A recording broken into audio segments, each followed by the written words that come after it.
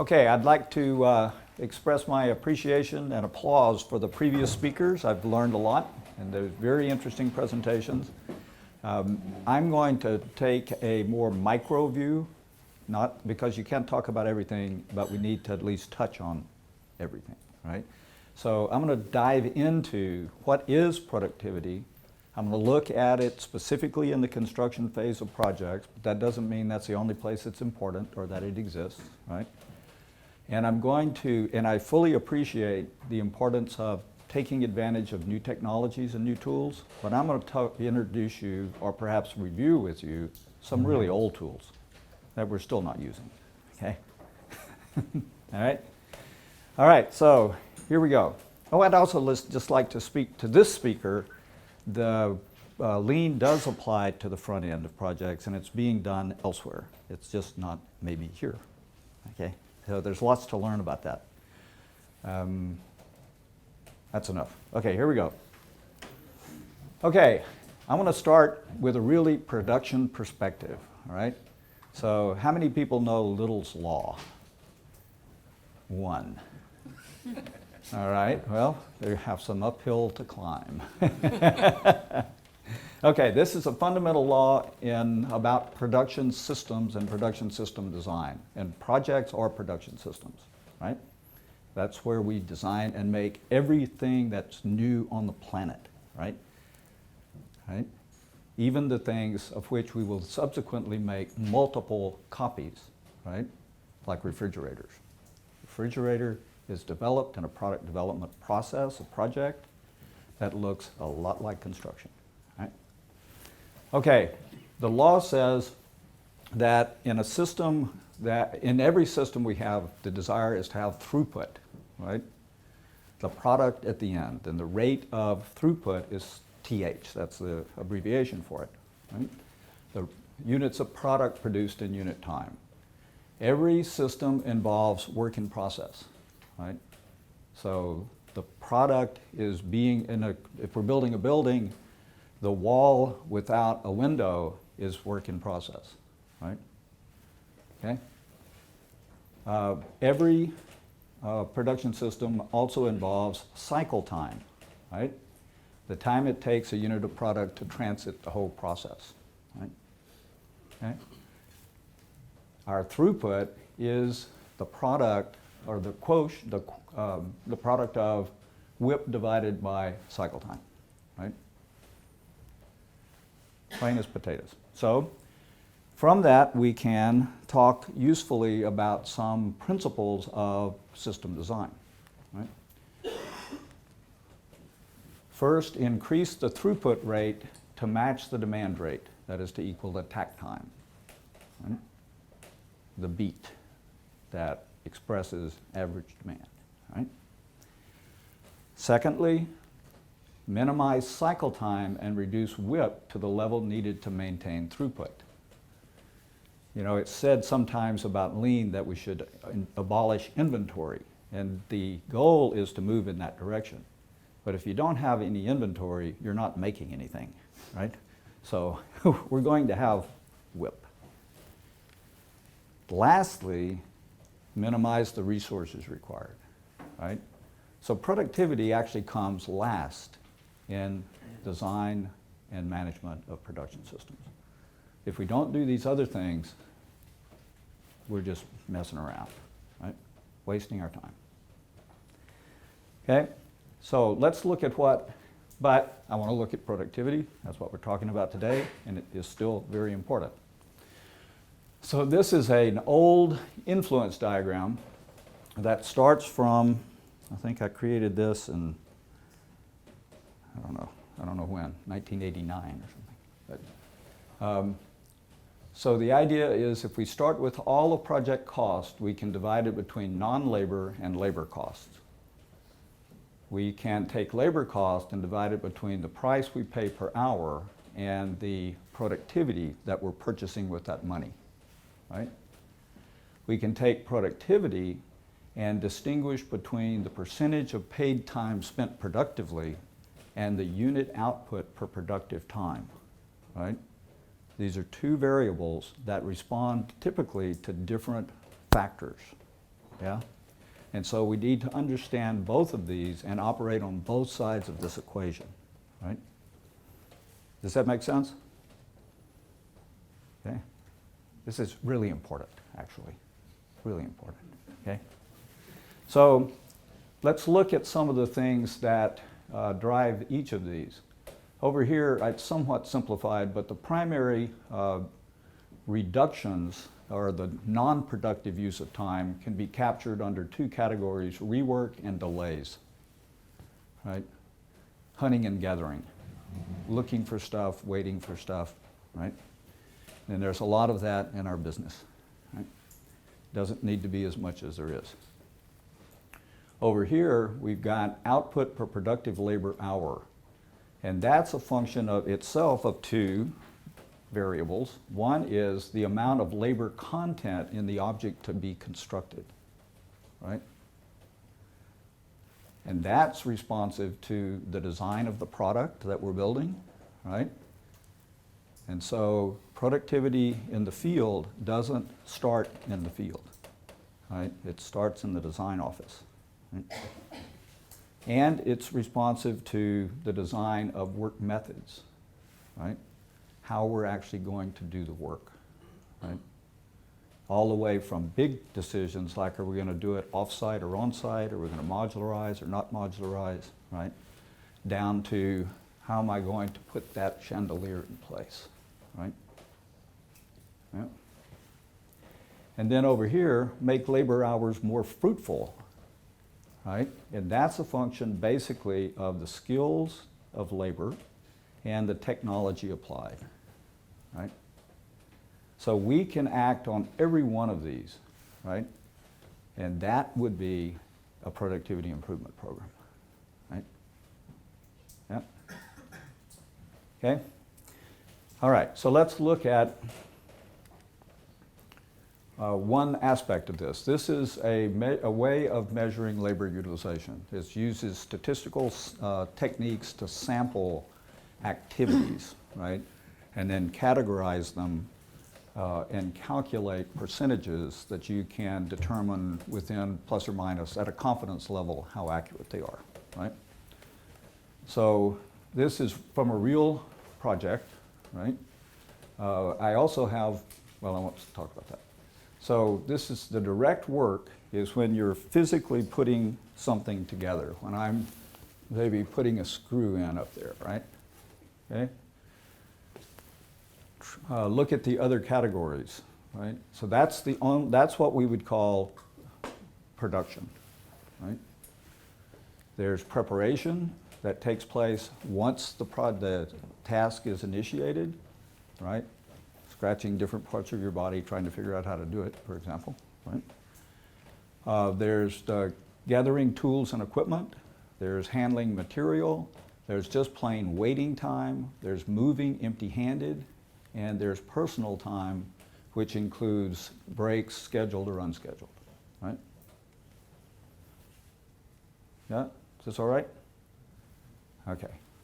So this is one way to measure it, right? This measures one of the two major factors driving productivity, right? Okay. Okay, now these are just some of the lean tools that can be applied to make this picture better, right?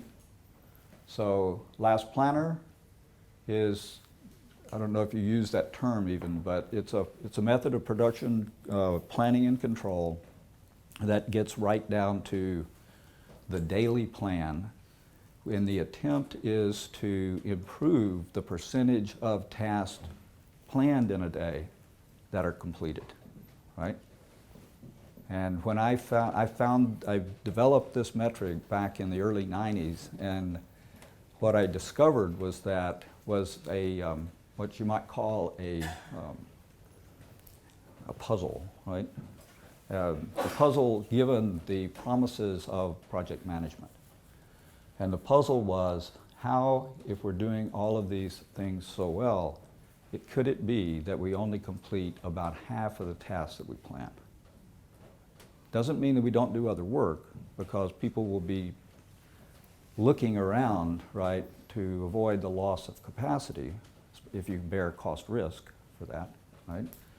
But it means we're not doing what we say we're going to do, and hence you can't use the plan as a basis for preparation for the next day, or the next week, or the next month, right?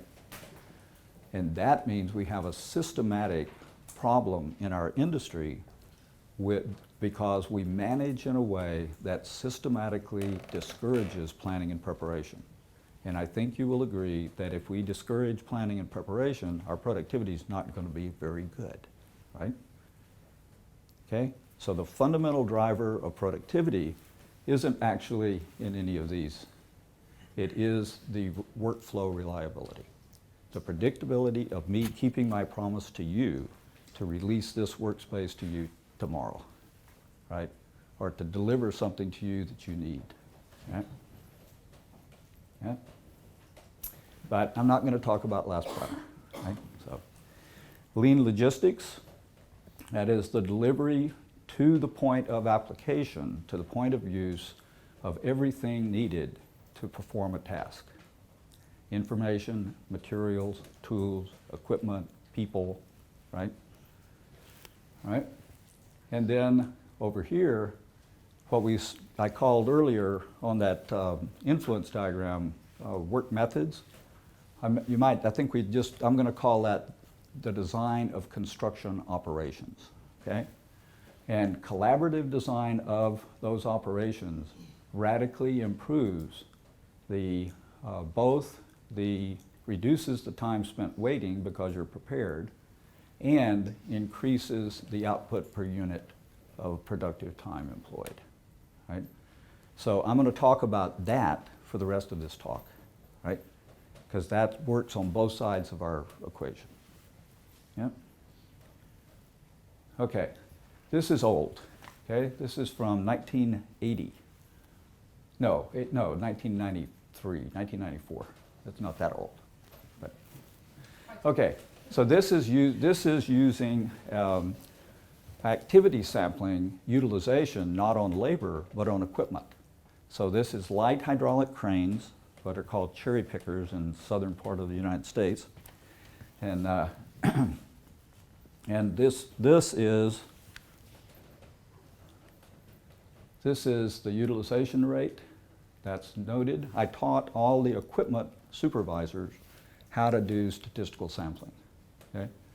And they use that to both allocate cranes differently around the project to different trades, to different parts of the job. It's a big job, right? Because there's 43 at max of these on the job at one time, right?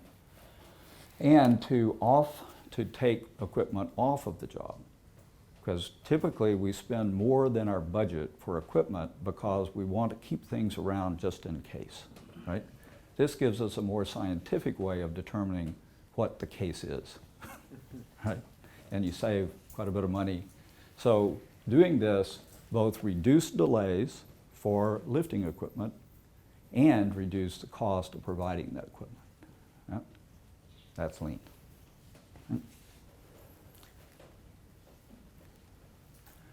Okay, so I want to talk about construction operations. I'm going to define it. I'm going to talk about what a design is of a construction operation, how they're to be designed, and what operations should be designed. Yeah?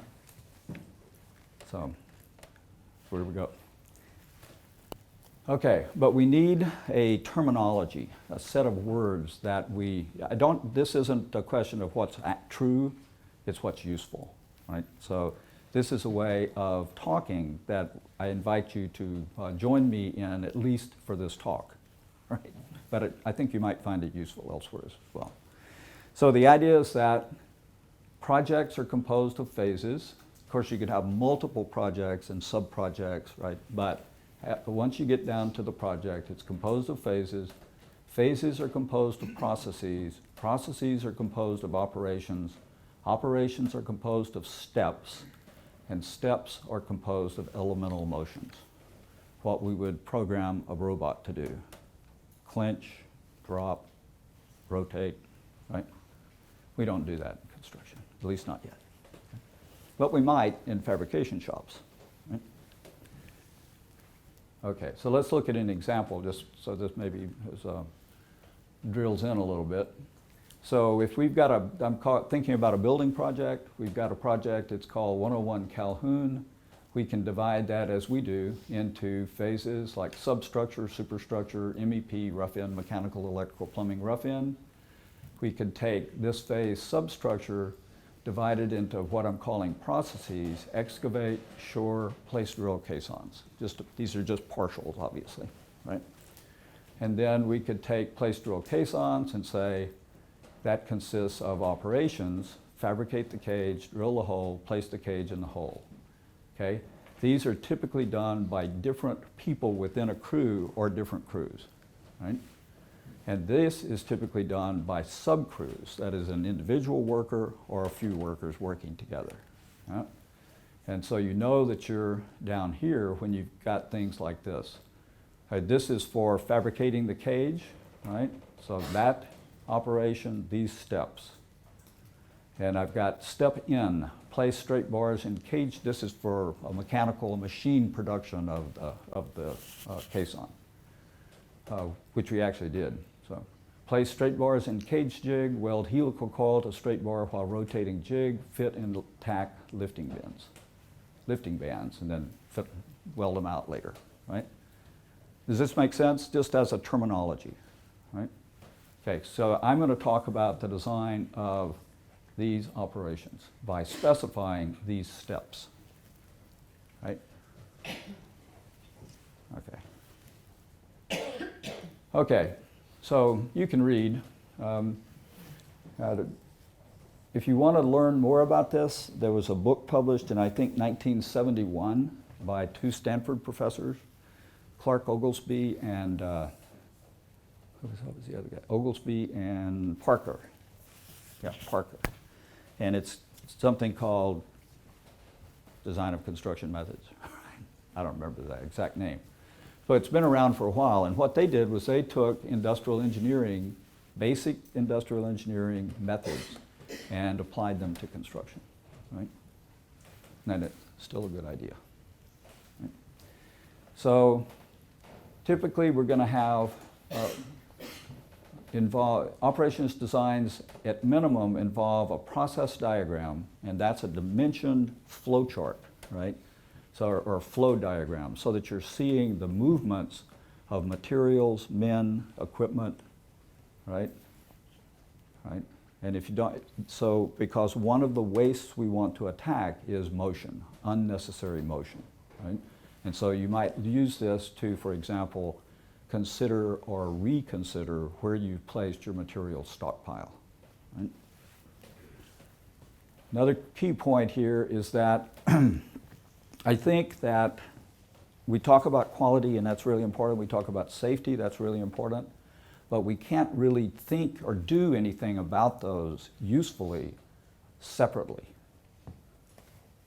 Safety, quality, time, and cost are characteristics of one phenomenon, right? One thing, the executed operation that we're designing, right? And so you have to design the operation, if you're sensible, design the operation simultaneously to accomplish all four of those objectives, right? And then you test it either virtually through simulation or physically in mock-ups, prototypes, or in reality for repetitive operations to refine it. Test it to see if it's meeting your targets for time, quality, cost, and safety, right? And change it until it does, right? Okay. Then make that the standard to meet or beat on that project, right? Once you have that, then you can use that as your starting point on subsequent projects for further improvement. Right? But you got to go? Small children. Bye. Bye. See, it's working already. Yes? Does that mean that it doesn't make sense to talk about productivity compared to quality? I don't, Yeah, to be, well, they're different measures. They're measuring different things, right? okay. Right. No, so it makes sense in that way.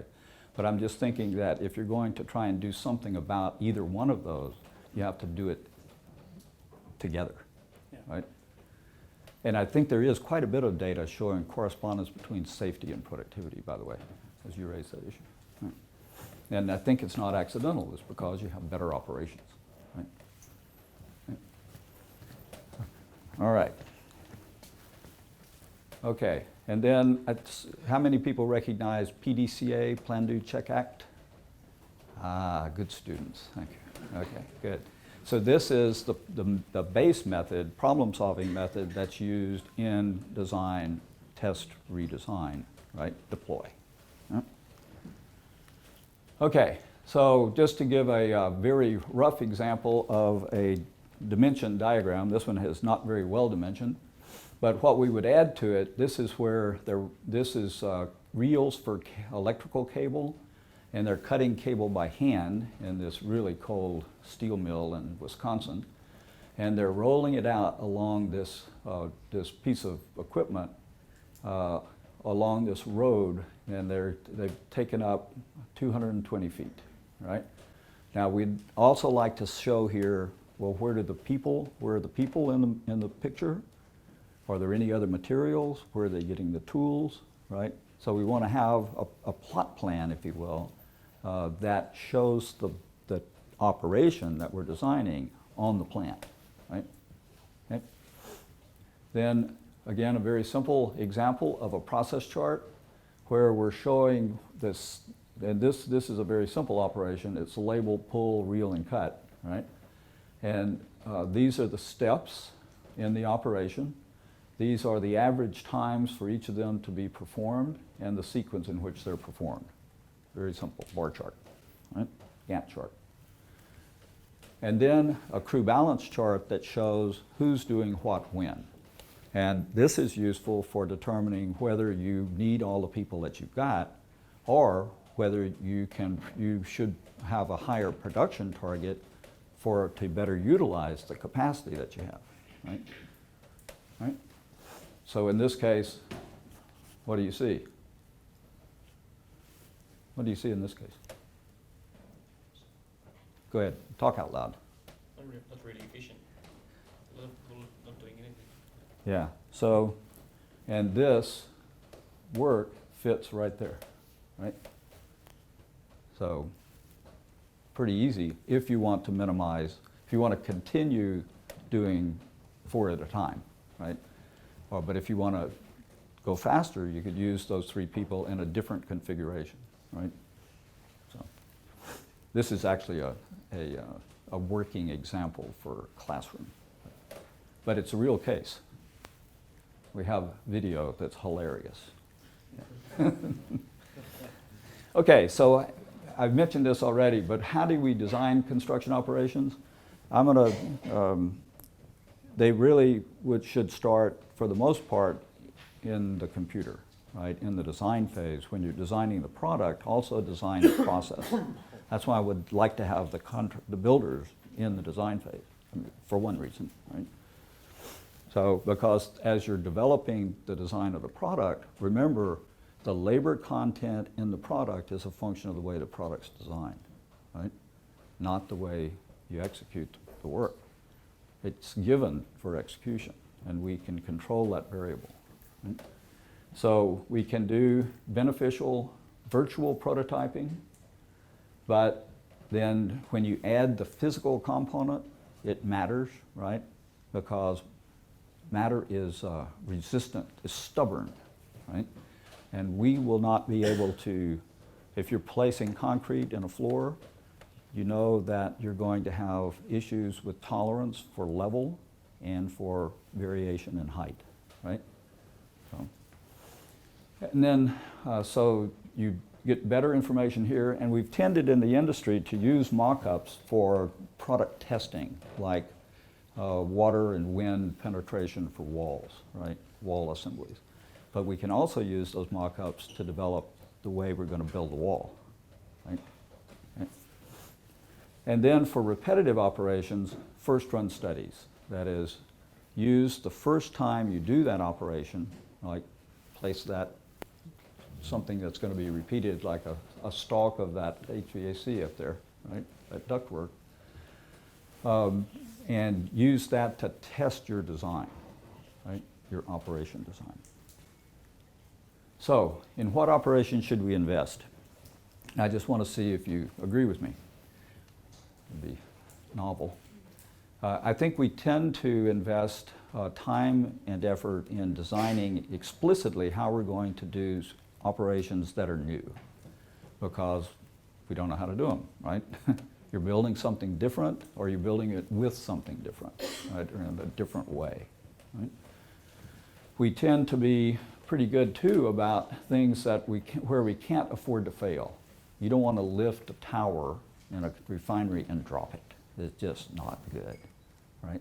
And so we do exhaustive design of those types of operations, right? But then in repetitive operations, they are important because small improvements can have a large impact. If you can save a half a labor hour on every time I put up one of those pieces of pipe up there, right? It makes big money, right? And you have it forever, right? Okay. So my question is, if these are the things we should invest design time in, what shouldn't we invest in?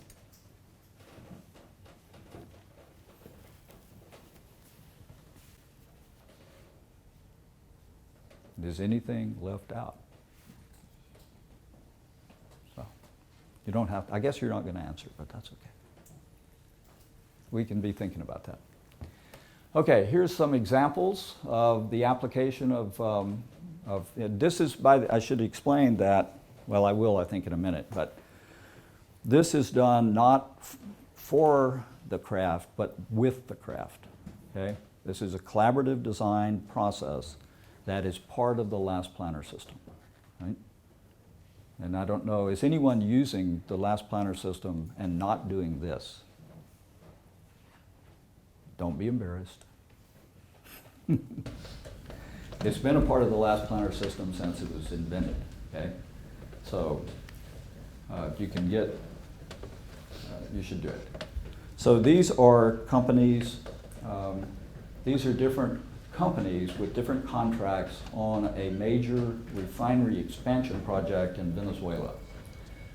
And back in early 90s or middle 90s. And this is the improvement in productivity.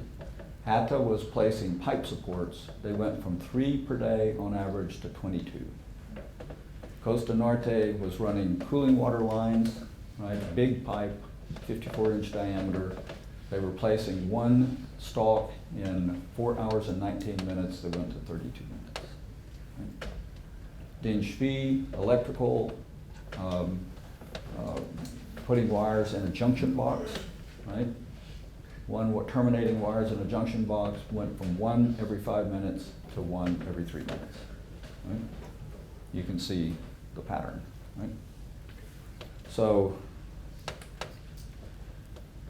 this is a little bit more information about first run studies. I'm just going to let you know that it's here, right? It's in the slides, and I assume you'll have access to the slides instead of going through it step by step. Okay. One of the key things to do here, and you use video to allow people to see themselves working, and an iron rule is the first people that see the video are the people in it, okay? Because they have the opportunity to explain why what happened, and to come up with better ways of doing the work, right? So you don't want to put them up as sacrificial lambs, right? Okay, that's it. Can we ask questions? Yeah, I hope you do. Yeah, I have some. What you present is probably heard this before. Gives a kind of tayloristic view on work and workforce, and I wonder if you could elaborate a little bit on more knowledge-intensive types of work. How would you use lean? I think one of the major problems in engineering, and really it's more relevant as you move towards the detail piece of the part of the work, is that engineers don't tend to think, or architects particularly, don't tend to think in terms of process. And so when you ask you, if I come to you and I ask you to do something, you probably don't have a good record of what you've already committed to do, and you probably don't really know how long it's going to take you to do what I'm asking you to do, right? Because I'm a philosopher, I wouldn't know, you know. But you think, Yeah. you think that I think it would, applies. Enable, how would you use it in a more, you know, we've seen that they use the charts and the yellow papers, Mhm. but it's Right. all very, like maybe the time that I use to scratch my back is the time where I get the best ideas. You know, if you compare it to the examples you have. Right. So where is the translation? What's lost in translation? You're talking about for designers? Yeah, for the more the work that you can't see. Well, I think the problem, this is maybe even more important for the work you can't see, because this makes it visible, right? Okay, I mean, that's the whole point of process mapping, right? Right. So, but I want to respond to the Tayloristic characterization. Yes, Well, no, but Taylor wasn't all bad, you know. But I want to emphasize that this is done collaboratively with the crew, and this is part of the foreman's duty in planning and preparing for work, right? It's not something that an industrial engineer does. We teach the foreman how to design work methods, and then teach the crew members as they participate in the process, right? So they're producing it, right? Yes? To improve safety and health Hmm. in construction work, one method called safe job analysis Yes, had been introduced. right. And more or less that goes about when the work is planned. Mm-hmm. You sit down Right, and you go through the safety hazards, right, plan work. right, right. If I understood you correctly, you would think that this was a bit wrong.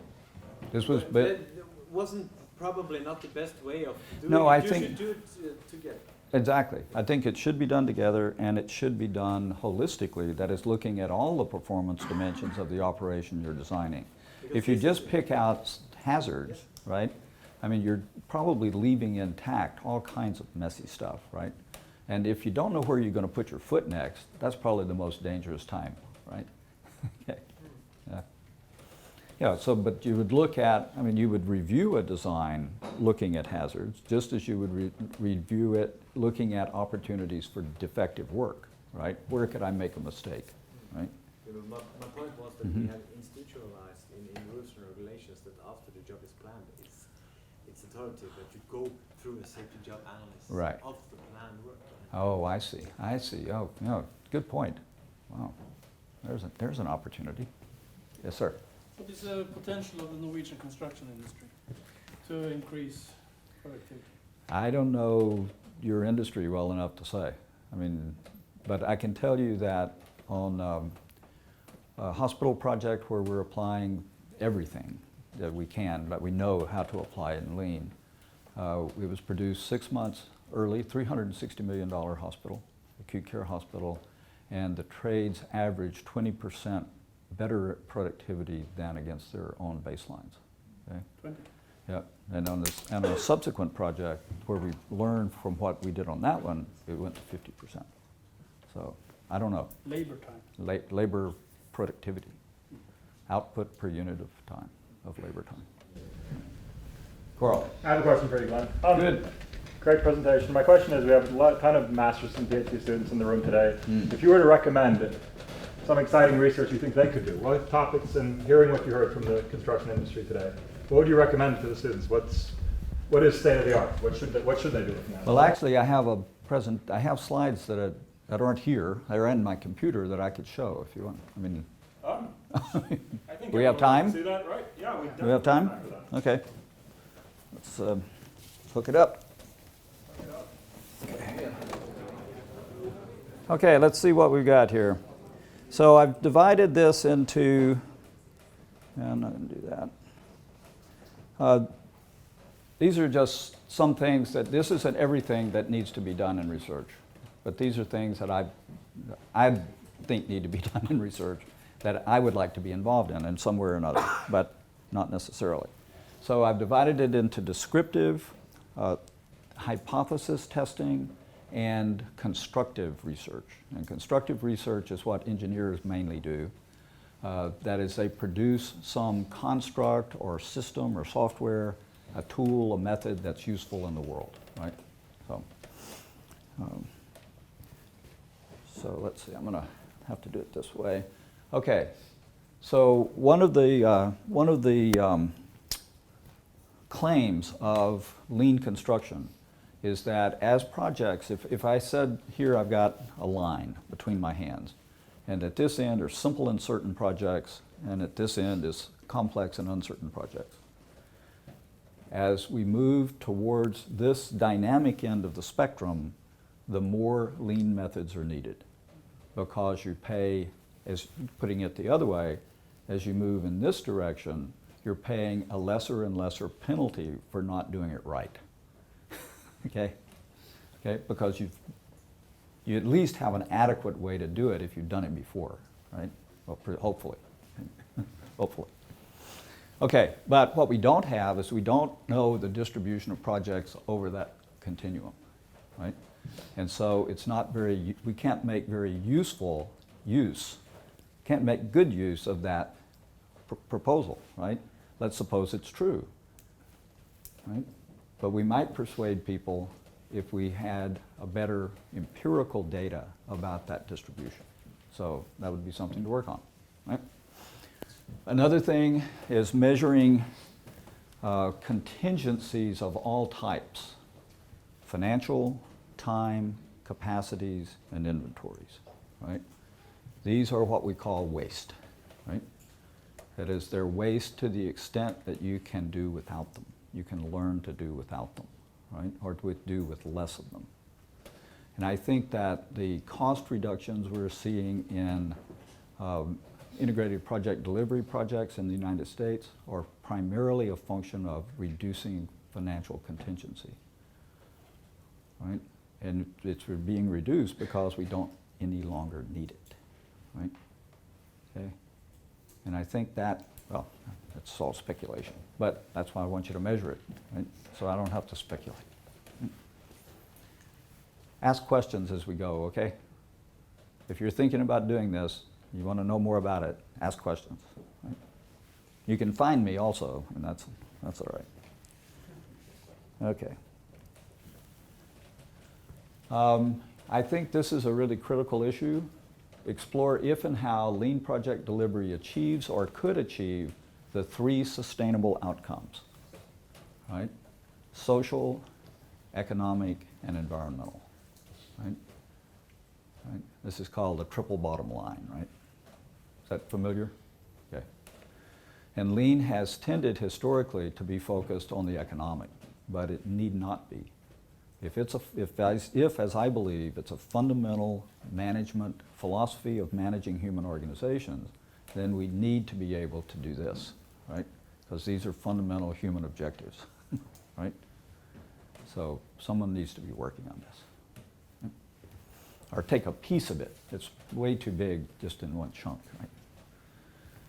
Measure waste, rework, negative iteration in design, underused capabilities, solid waste, noxious emissions, non-productive labor time, work waiting on workers, etc. Right? The gentleman who asked, what's the potential improvement in the Norwegian industry? Well, I don't know. How much waste is there? Right? Yes? You've been working so long time with lean construction, but have you developed some ratios or some formulas in your industry that this much percentage of lean was adopted to get this much of benefit, some kind of correlation, some proportions, some? No, you're thinking about a maturity model for lean. There's a useful one that the UK Highways Agency uses, and it's online, so you can get it. And I think it's 7 stages or something like that, so it's quite specific. No, it's not that many, but at any rate, it's useful. But I haven't done any correlation analysis. You could do that. Right? But I think really the point there is not to see how much you're saving by being at stage 2, but getting to stage N, right? But won't it be a productivity measure if we see the ratios and then we compare it in different situations? It'd be an indicator. It'd be an index that should move with productivity, but performance, it depends on what you mean by performance, right? And you might include profitability, for example, right? Which may be as much market-based as it is capability-based. Sorry about the interrupter. We have 3 minutes before. Okay. The last minute for myself, so. Oh, you wanted 5. I'm just All gonna right. use one. Well, here. We can post these slides. There's 6 more pages, right, of research ideas for the students That would be great. or anybody who wants to look at them. So, thank you.